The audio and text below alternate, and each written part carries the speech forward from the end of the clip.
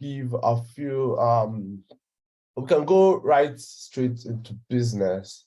So our topic for today is asynchronous JavaScript and local storage. So we'll be starting with asynchronous JavaScript, and I will be sharing my screen so that I can give practical examples, or I could show you what I am talking about while I can show examples while I'm talking about it. And you can feel free to ask questions at any point, or we could wait till the end of the lecture to ask the question. Let me share my screen.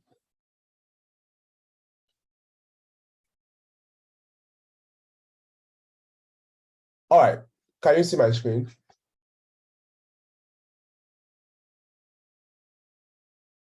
Yes, we can. Oh, okay, that's great. So asynchronous JavaScript and synchronous JavaScript. Oh, sorry. Yeah? Joshua, please can you zoom it, please? Zoom in Okay. so we could see it, because it's very tiny from here. Thank you. Is this okay? From my end, I can't really see it, but guys, if you can see it, please just drop on the chat, please. So, okay, I think you just zoom it a little bit, then Okay. that should be okay. All right. So I've zoomed in one more time. Is this good? Okay, yes, I think it's manageable, but it's a bit scanty. All right. All right. Okay, Thank so you. this is a simple JS Fido file, and I'll be talking about what synchronous code means and what asynchronous code means. So just the most basic explanation is synchronous code means the codes is run in sequence. For example, I have a console.log right here. I'm console.logging one. So I duplicate this. I have console.log2 and console.log3, right? Let me pull up my console a bit. Yeah, so this is it. I clear the console, then I save. So this would run synchronously. That's reload the page 1, 2, 3 in the order it is at which it is written, right? So this is an example of synchronous code. Then asynchronous code is code that is run in parallel. For example, let me see if I can do this. So I'll wrap 2 in a set timeout. Let's say, so this doesn't run, set timeout takes in a callback function. You understand how a set timeout works, right? So I wrap this in a set timeout and passing, let's say it should run after 2 seconds, that's 2000 milliseconds. And I save this, right? And I clear the console and execute. So that's 1, 3, then it waits for 2. So this is an example of asynchronous code. So most of the time, it would be advisable to use asynchronous code when dealing with so for example, when dealing with network requests, because you're making an API request call or so, and you don't want to keep the user blank or blocked in the sense that it can't interact with any other page on the browser while you're making the request call. So that's why it's advisable for you to use asynchronous calls for network request. And today we'll be talking about 3 types of asynchronous calls, asynchronous JavaScript. So there is the callback, there is the promises, and there is the async await. So this is the 3. So I would pretty much start with this. I'll start with the callback because it's the most basic form, and it's so I guess I don't need the styles also. I need to just clear out a couple of this. Okay. Let me make this the header here instead. So this is it. Then I clear this out. So this is it. So right. So now let's say there's the callback. We're starting with the callback now. Callback, right? For callbacks, we have a dummy data. Let's say because it's mostly network requests, right? We're going to be dealing with. So let's say we have a network request called post or to-dos. Let's call it to-dos, right? So to-dos, it's going to be an array of objects. Let's say each object has an ID. Each to-do has an ID. They have a title. Let's say get go shopping, right? And the next thing would be another to-do with I think, is anyone there listening? Because I feel like I'm talking to myself only.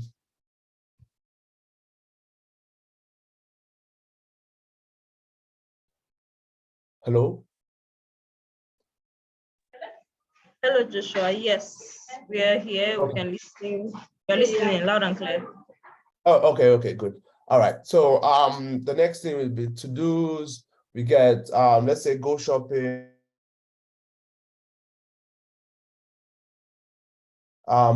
Feed feed dog, right? So this is another example. All right. So we want to simulate a request that will do what? That will display the to-dos that would pretty much display the to-dos on the browser on the web page, right? So I will just quickly come here, create a new tag. I'll create it here, an unordered list tag, right? UL. I'll give it an idea of unordered list, or yeah, just give it an idea of unordered list. Save this.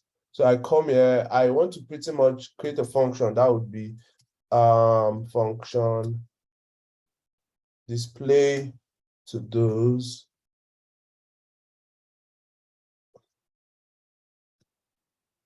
So what does function display to-dos do? Let's say it's meant to simulate a request. So we use a set timeout that would run after let's say a set timeout takes in a callback, right? It takes in a function that would run after a particular time, let's say about 3,000.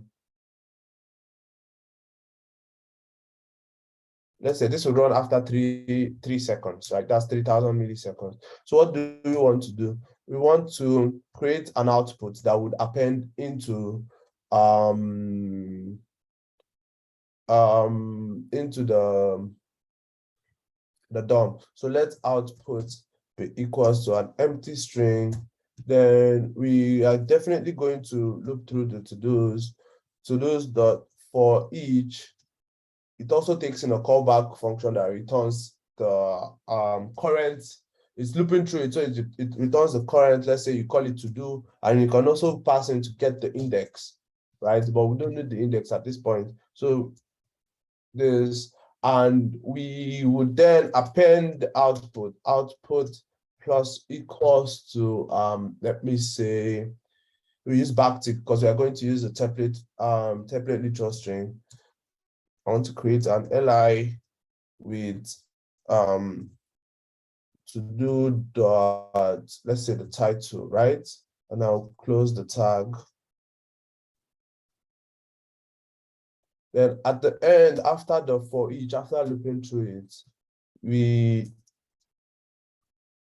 would then document, then append it inside the document get element by ID of UL.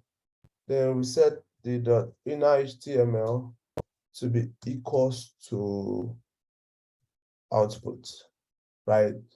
And then we have to call this display function. Now let's save this, and run it. Let me clear the console. So let me reload this page. So you see that it waits 3 seconds before it actually gets appended. Let's see that. So I reload the page.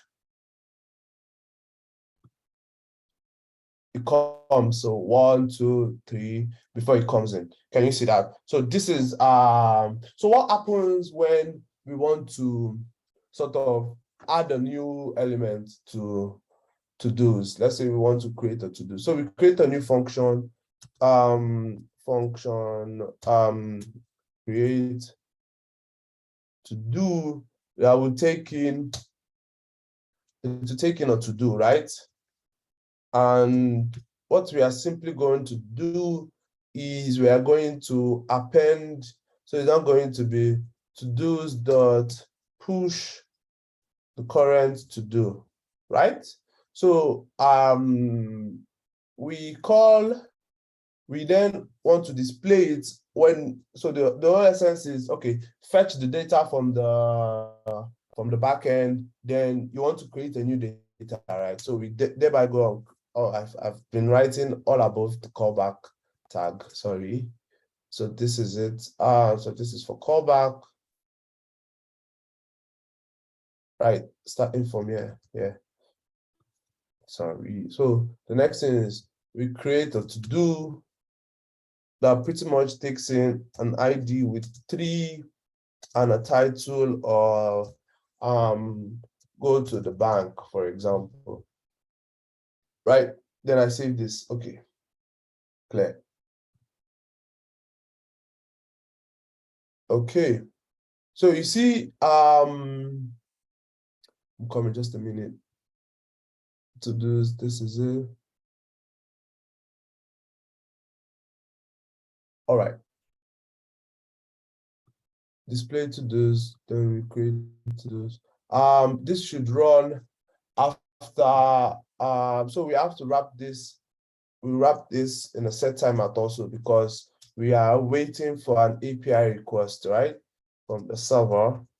So this would push it, then run after 1 second. Yeah, let's just do like this. Then we save it.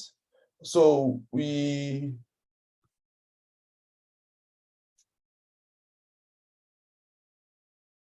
need to clear the console.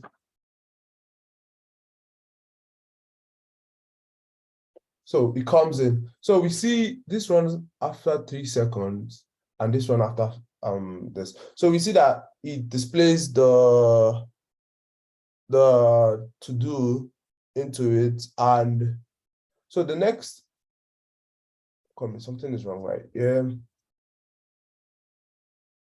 This shouldn't append.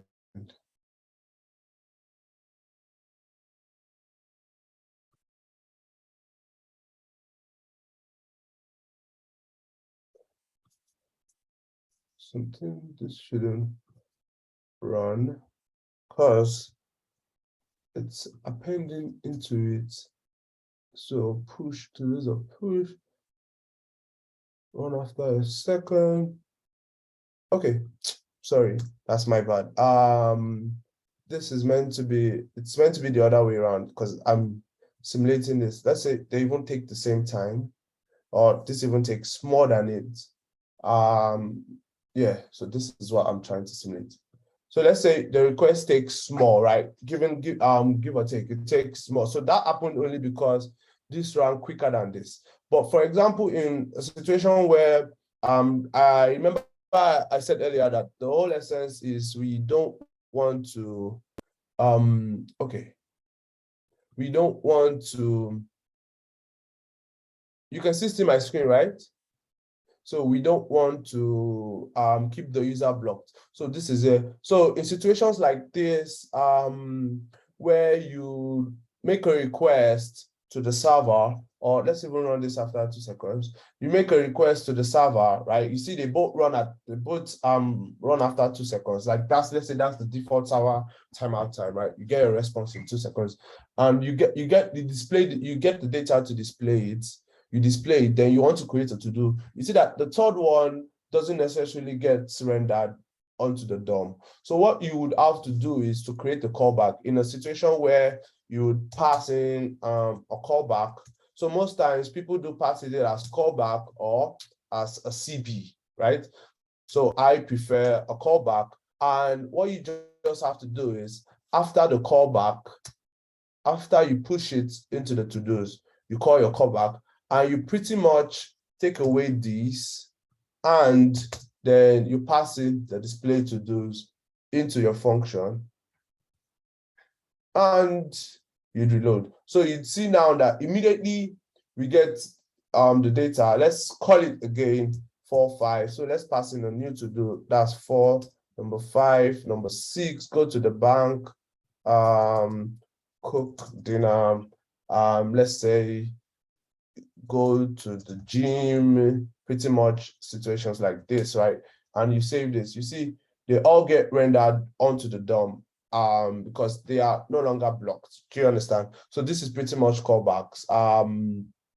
You pretty much pass in a function that would then get called as a reference to when your when the request has been made. So this is pretty much everything that has to do with callbacks. And I think I would be commenting, I would leave this out and maybe I could share the link to the JS Fiddle file for future reference, but this is how you pass in a callback. So that's pretty much a callback. Into is promises, right? And promises. So for promises, it's like an higher step. So you want to create, let's say we're still pretty much using the same post, right? You create a post that would return, so let's say, give me an example, const create post, right? Or let's just use the function keyword, function. So we are creating a new function. So this is it, create to-dos, rather, not post, create to-do that will take in a to-do and will pretty much return a new promise, right? So promise takes in a callback function. It takes in a callback function and you could see, and this is a good example of it. So you could see it takes in a resolver and a reject, right? So for resolve, it takes in a resolve,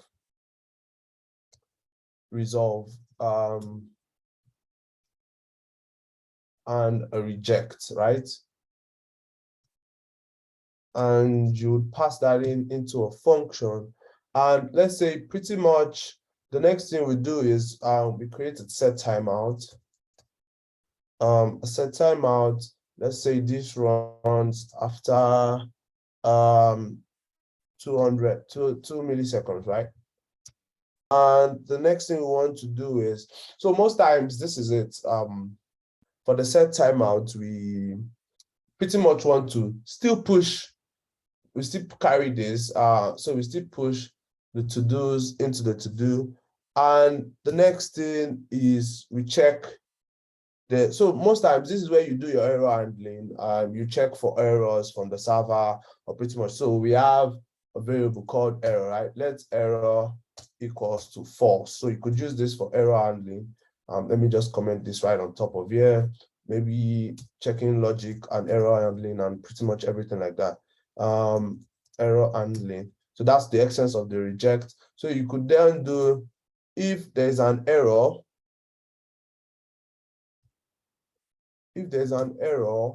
you will, or rather, if no error, you resolve the promise, and else if there's an error, you reject the promise with passing in a text, let's say error occurred, right? And the next thing you do is for this create to do, so the promises now introduce the .then keyword, right? So you do create, you do a create to do. I pretty much take this, right? But without the callback function. So create to do. And now if I hover on it, you see it returns a promise. Can you see it returns a promise? So this is a good advantage of. No, fit up. So you can see I carry the that. other car come outside already. Just promise me she can't write this. Sorry, Amaka, you are not muted. Please, if you can hear me. Okay, so you see that it returns a promise, right? So you pretty much do the dot then, and for dot then you would then pass in display to those, right? This is pretty much it. And okay, I commented out the display to those, sorry.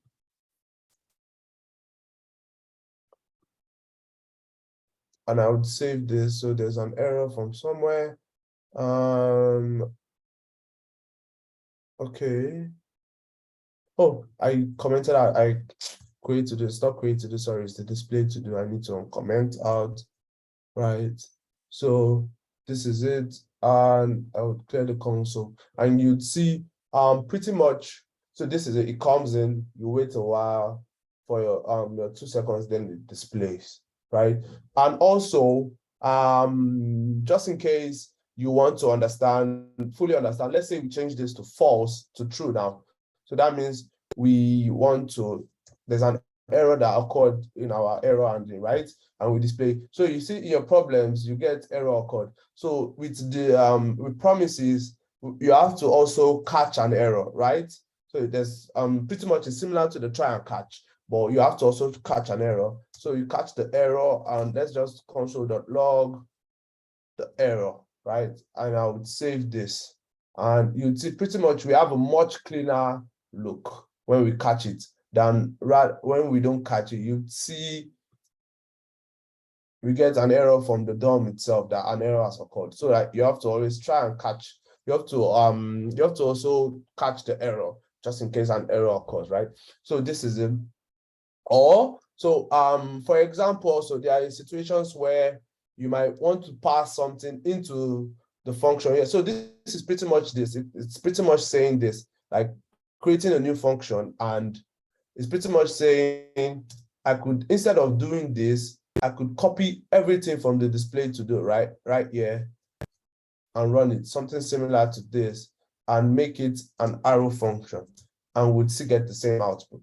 This is pretty much it. So, okay, I need to change this back to false, no error, sorry. Then clear the console. So it's pretty much the same thing. It takes in a callback function, right? So there are situations where, okay, you might want to pass something, I don't know, anything. Let's say we want to pass in yes, right, into the resolve. So what we do is, you see there's a variable we've passed in yes into the resolve. We just simply call it any value. We want to call it x. And we could also console.log x right here. And you'd see right about here, I'm getting yes. So this is pretty much all that has to do with promises. And also, I think the next step I will be going over is promises.all, right? Let's say you have about 2 or 3 promises that you might want to resolve. So promises.all is this. I would take time out, have to create promises now. So let's say const promise.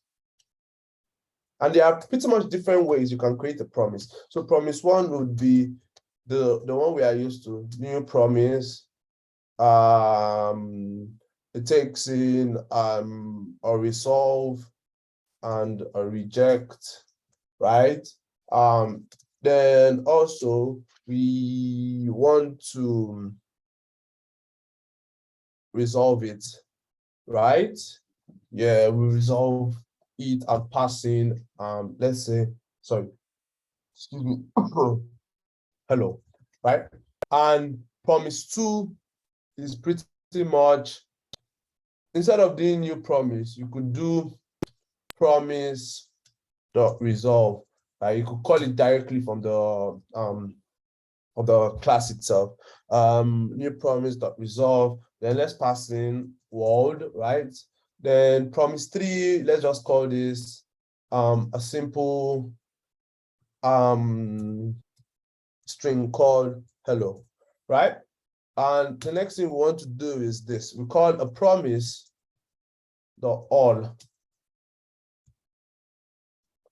Sorry, that should be capital P. Promise.all. right? Then you pass in an array of promises that you want to. So it's simply much an array of promises creates a promise that is resolved with the array of results, right? So with whether rejected or resolved, each of them would have their own value. So promise 1, promise 2, and then promise 3, right? And the next thing is you have to pass in the other then. You have to chain it other then, and you pass in values. And I also the log my values. So let me clear this out. Okay, I have hello world, and so let's do hello world and hello world together. So this is it. So let me say that there's also something you need to note that with promises, promise.all rather. They take the time, it will take the total amount of time, they take how long, or how do I put it? They take how long the longest promise takes to resolve. So for example, let me wrap this right here in a set timeout, right? That would, so let's go back first. So you see that almost immediately while the page reloads, you get, oh shit, I reloaded the wrong thing. Yeah, so that you see that almost immediately while the page reloads, you get your console.log almost immediately. Let me clear this out so that we could notice it one more time. Immediately everything comes in, right? So let's say we set now, this is only promise 2 that would resolve, let's say after 5 seconds, right? That's after 5 seconds. You would see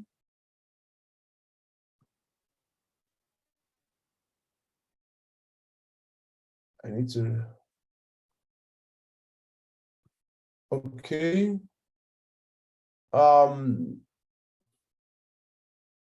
Set timeout this, right? Okay, no, it's not this way. So it's meant to be inside the promise.resolve. That's a big, right? Or you know what? Yeah, so inside of this, because now it's wrapping it, so it's not even resolving the promise initially. So I would then pass in so I go like this. Oh no, let me do it on promise 1.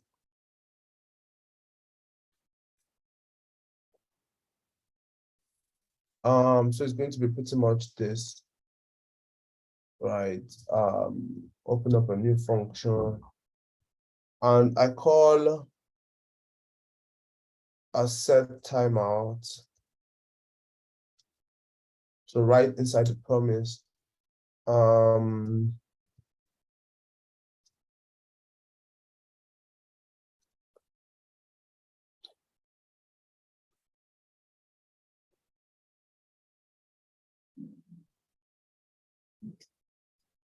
so while I reload the page, you see it takes about 5 seconds for everything to come out, even though this one, promise 2 and 3 have would have been completed before promise 1. They would all have to wait for everything to start. So 1, 2, 3, 4, 5, then it comes out. Then before, so this is everything we promised the all. And I could also show you an example which on how let's leave all of this out and also want to start working with the fetch API, right? So let me get let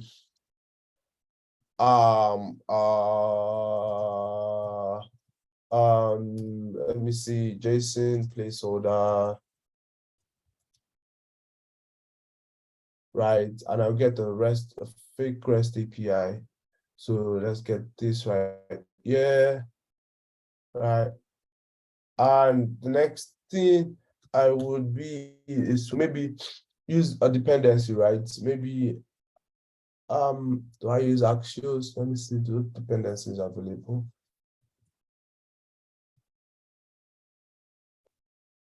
Okay, oh, let me just use the fetch API. So let's do fetch. So you see that from fetch also returns a promise. So you could also use this highlighting to know what it returns. So it returns a promise. So the moment it returns a promise, you can do a dot then on it. So right, it returns a promise dot then. But fetch API behaves in a matter where you have to first format it before you could get the data out of it. So you pass in res, then you have to format it to res the JSON, right? Then you would also then have to do a dot then also, because this then returns a promise, right? It returns a promise. So you have to do a dot then that would get your response before you then go ahead to console.log your response. Right. And so this is it. Before you get, this is the data we made the request to of. So this is it. So now let's say so this is how to do, this is how to do it with promises. And the next step would be the async await. So I think this was added in, yes, I'm not sure, 2017 or so, right? Yes. So it's all, it's just a syntactic sugar for promises, because you don't have to do the then. It's like it can make your code very unreadable, and you could have something they call the then chain, right? Where you have a then, or the then inside of the then. So like that is it. So what you could do, so this is the async await. To pretty much use it, you have to create a function with the async keyword outside. So you have to do an async function. Let's say async function create post or create to do. It takes in a to do, and it's a pretty much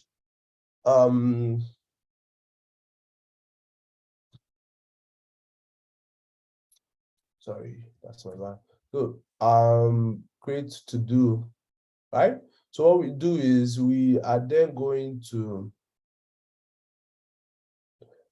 where is the or rather, so I need to get this my create to do function back.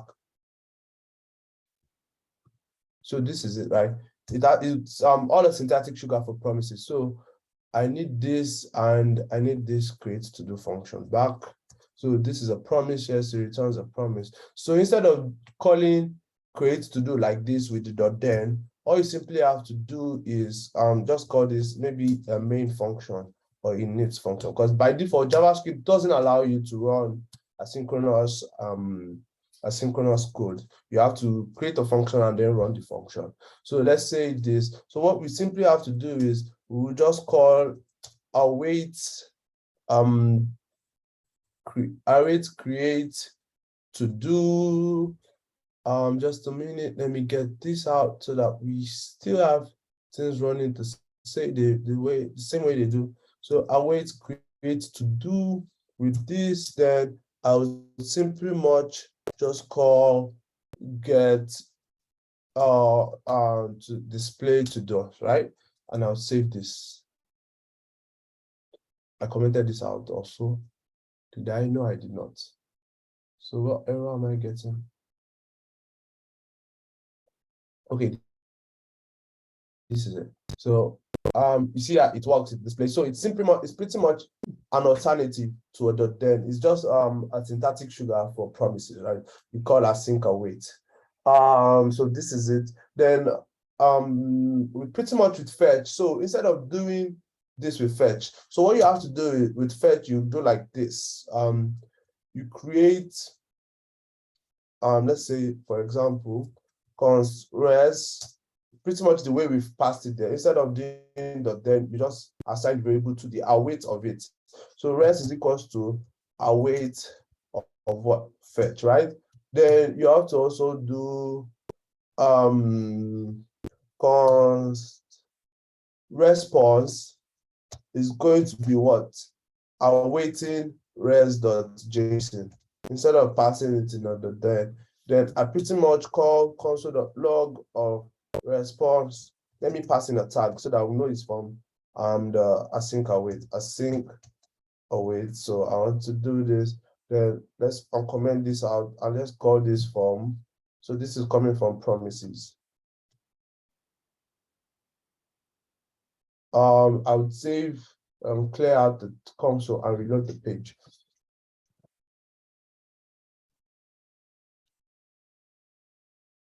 Failed to fetch. What's the problem?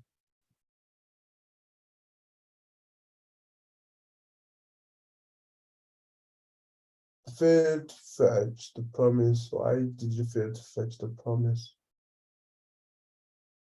Let me take a look at this.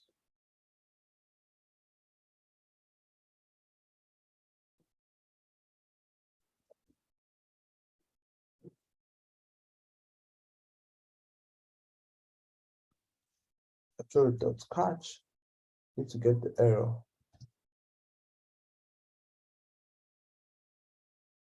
All right. Failed to fetch. So it's pretty much a code sandbox error.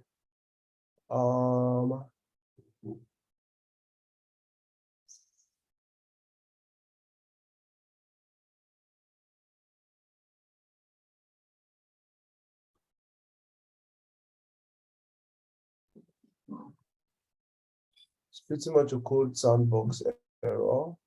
That's the problem. Why? That is what I cannot seem to understand.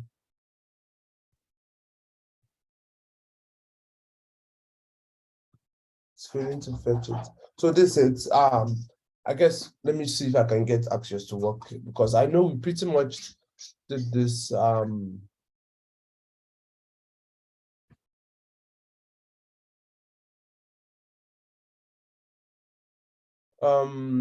let me just do import Axios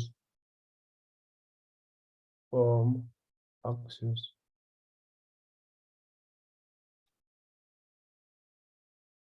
Right, and see.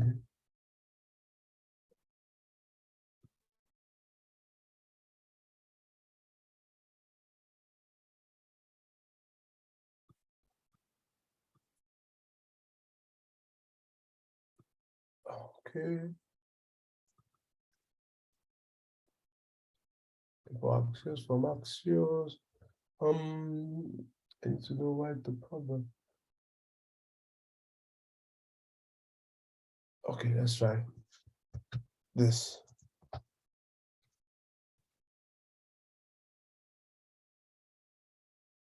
All right, this works.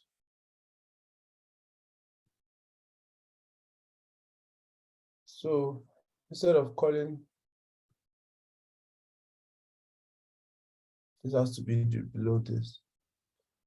So instead of calling fetch, let's call axios.get.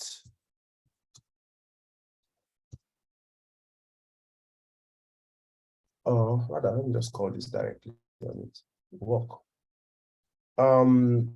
So I don't need a call Axios on this, then I don't need this. Axios doesn't require you formatting. So this, let's load this up and see.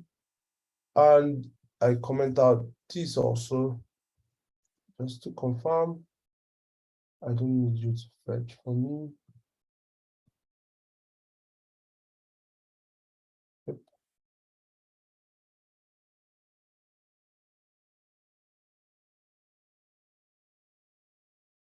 Or could it be his JSON placeholder that is showing me the error?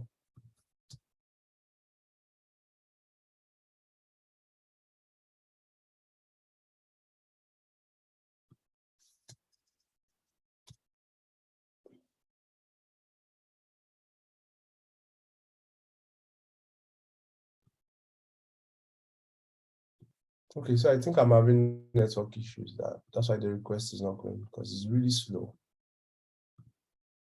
Yeah, I think I'm having network issues at my own end. That's why I did the, yeah, it's network issues at my own end. So that's the reason. Let me try this one more time because I seriously can't tell where the problem is coming from.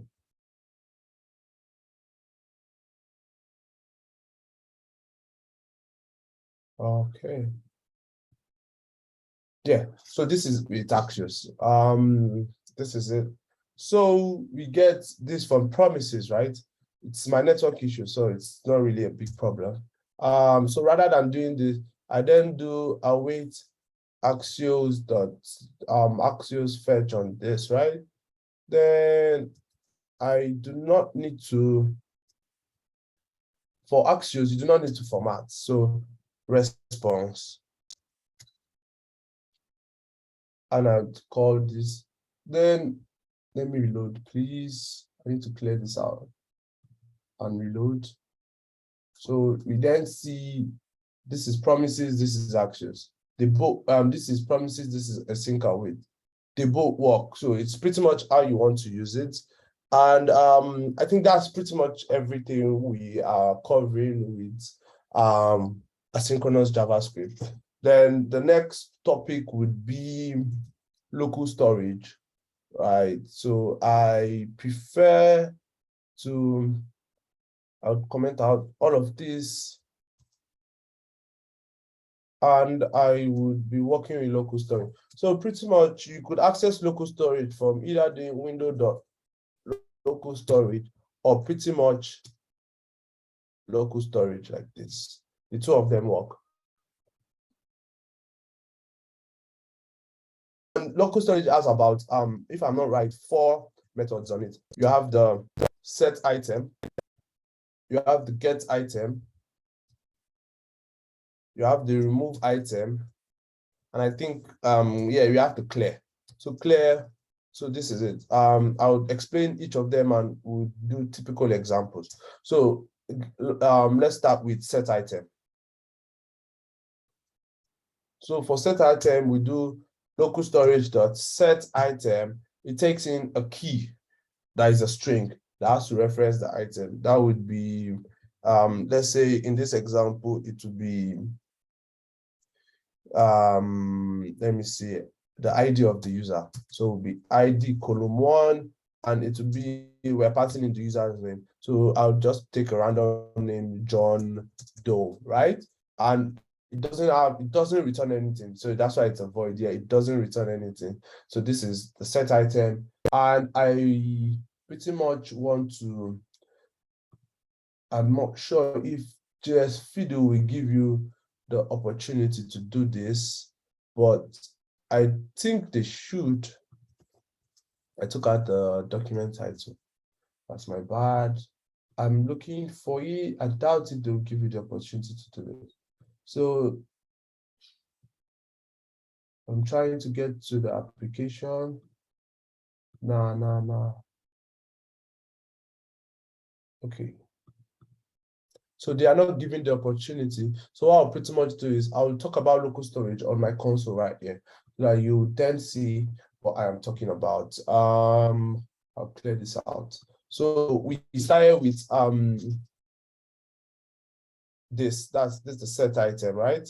So this is set item. I pretty much call local storage dot set item this.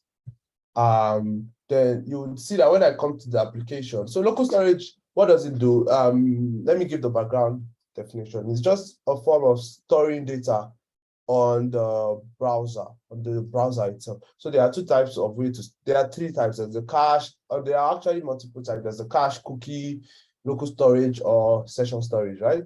But most times there are the differences. So the major ones are the local storage or session storage. Local storage stores on the browser, and session storage too stores on the browser. But the difference is this: session storage, once you close the window of that browser, it is dead. But local storage, when you close it and come back, it's still alive and still there.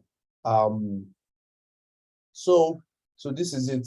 You'll see that I created an ID 1 and I named it John Doe. So I will come back here and do another one and still overwrite it, or let me change it to Jane Doe right here. and I'll come back here to check the application.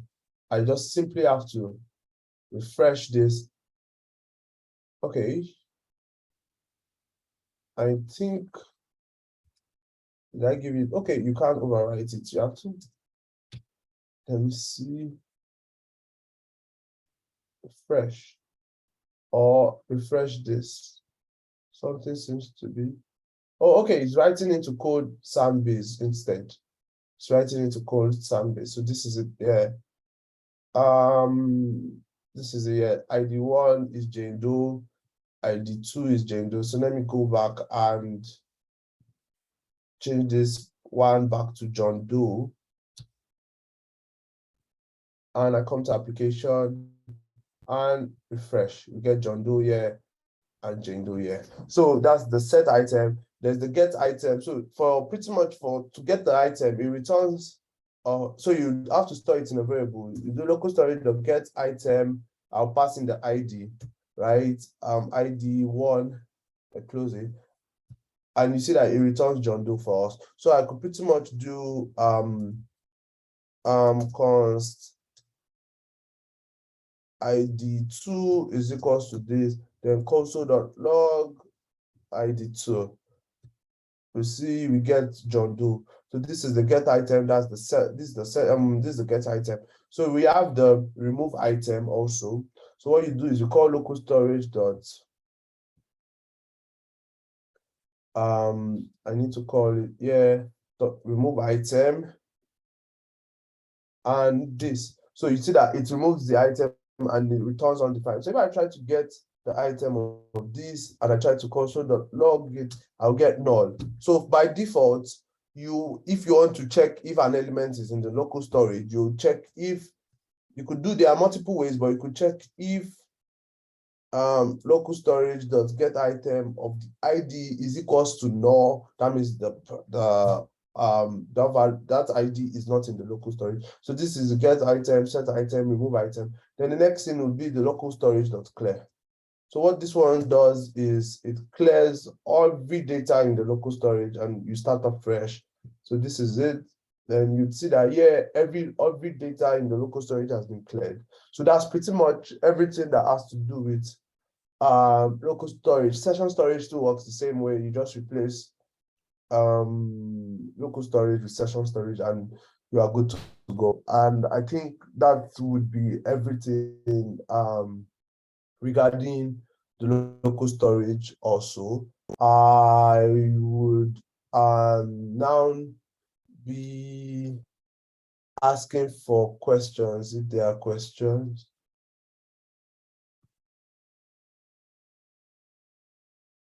Or if there are feedback, so pretty much anything you might want me to clarify on.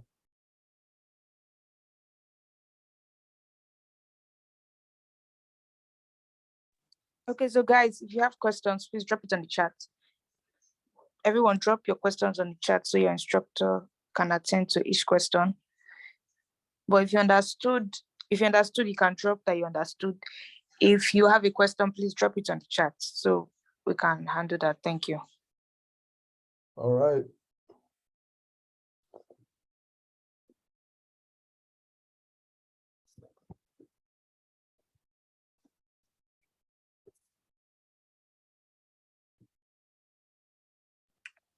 Okay, guys, I believe we have like quite a number of persons. So please, if you understood, just drop you understood. So I'm seeing all of you here from my end.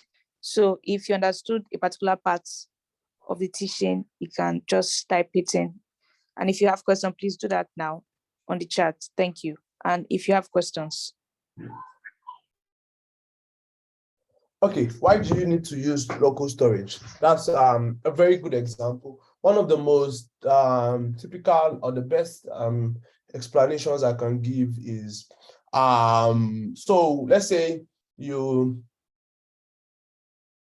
okay, no problem. So Mohammed, regarding your question, let's say, for example, you are interacting with an API request, right? Or yeah, you are interacting with an API request, and or with a backend, let's say, and the backend has tokens, access tokens. So for example, most APIs usually have require JWT tokens. So what JWT tokens means is that you cannot access some certain endpoints without submitting a token, which must be validated by the backend. So for example, the best and the most, let me see if I can pretty much give this. So I would open up the browser and let's see. So for JWT tokens, so this is the web tokens, right? So what they give you is this, they give you the tokens. So the best time you would have to use a local storage is you then have to store that local that token on the user's browser, so that anytime the user comes back, you then check, okay, so what this is what the JW tokens is. Then they entail the user's details. So for example, the login, the registration, the forget password, all don't require JWT tokens because they are open endpoints. You should be able to log in without having actually been logged in. So when you log in, then they return a token for you that any other request you must use. Let's say you want to get your wallet balance or you want to edit your profile, you must use that token to make that request. So it is when you are using that token to make that request, they validate that you are a logged in user. So what you do is you store that token on the local storage so that every time you come back to make that request, you have that storage. And what the front end does is that they validate, anytime you come back to the browser, they validate if the token has expired or not. And if it has expired, they redirect you to the login page to go back to login. So you see situations where you like open a web page and you go back, you close it for some hours, right? And you come back and you realize that you're still logged in, especially on YouTube or maybe YouTube, WhatsApp, or Facebook. So they stored a token on your local storage. That's why you're still logged in. And you see that every time when you clear that token, you would then be required to go back and log in, and that token will be back. So that's why that's one of the best examples of JW tokens. So this is an example. This is what the token looks like. Then this is the decoded version of the token. It unveils, it is usually hashed. So it unveils the user details, like the sub. This can be anything you pass to the backend. So most times it's the first name, the user details. Sorry, Joshua, we can't see your screen. Oh, okay, you can't see my screen. Sorry, I completely.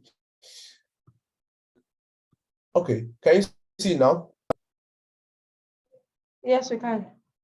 Yeah, so this is an example of a JWT token. This is an encoded format, right?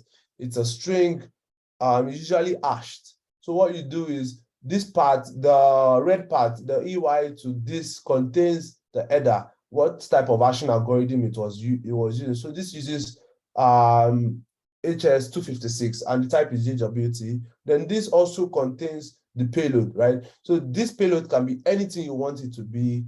And this is the signature. Sometimes it also improve.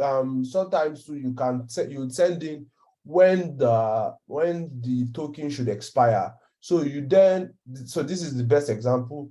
How do you use JWT tokens? You use it with your authorization header, and you pass in the token to the server, and the server will then authenticate that you are logged in, that you have already logged in before, and you don't need to go and re-log in. So you can now access every part of the website. So this is pretty much how it works. So that's one example of why you can use local storage. Another example is you could use it to store data that you don't necessarily want to forget. Like for example, I could give in a CBT test, right? In a CBT test, whether when you reload the page or not, when you reload the page and your countdown has started starting. So what if you are storing that countdown time, every change, the countdown time on the local storage, whether the user reloads the page or not, you would see that the countdown would always continue from where it was previously. That's another thing, to store data that you don't want to reset anytime you reload. Another example is in React when you are dealing with state management and Redux. React is pretty much like a single page application. You necessarily don't want to reload the page, because once you reload the page, you have to start fetching all the data. So what you have to do is you could store it on the local storage, and it's called I'm trying to remember there's a way they call it. Is it preserve storage or something like that? So what you do is it stores the Redux store on the local storage also, so that every time you reload the page, you just fetch it from there first. So that's pretty much basic examples of why you would have to use local storage.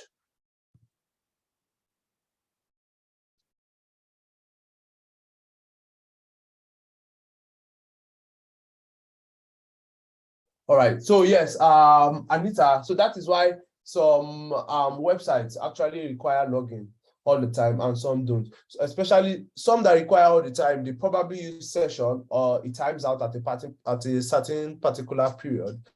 That is why when you now log in, you could also check your application. You would most likely always see a token there that would be hashed, and that is the token that is used to validate whether you are a logged in user, you have successfully logged in or successfully been authenticated or not. So I would believe that is all the questions that will be directed towards me. Or are there questions? Yeah, I don't think so. So guys, please, if you have more questions, yeah, I don't think, let me just check the chat, but I don't think there's any more questions. Okay, so guys, I'm going to drop Joshua's LinkedIn profile. So please, you can connect with him via LinkedIn. So I dropped it on the chat, so you can send him a connection request and connect with him. And if you want to reach out for more questions, or if you want him to give you insights on some things you need to know, you can reach out to him. So guys, please check the chat.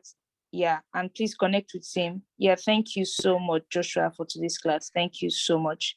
Yeah, thank you guys. Thank you everyone for joining. Thank you so much, guys. All right. Thank you, Joshua.